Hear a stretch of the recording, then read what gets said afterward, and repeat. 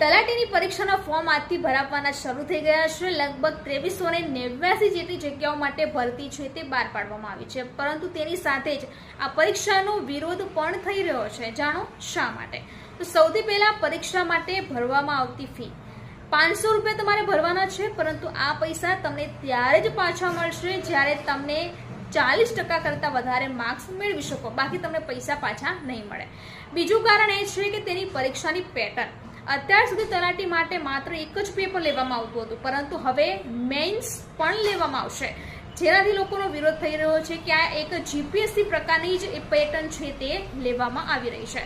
બીજું કે તેની સાથે જ એક વર્ક આસિસ્ટન્ટની જોબ પણ બહાર પડી છે, પરંતુ તેના માટે માત્ર એક જ પેપર છે અને બંને જોબ છે તેનું પગાર ધોરણ એક જ છે, 26,000 રૂપિયા।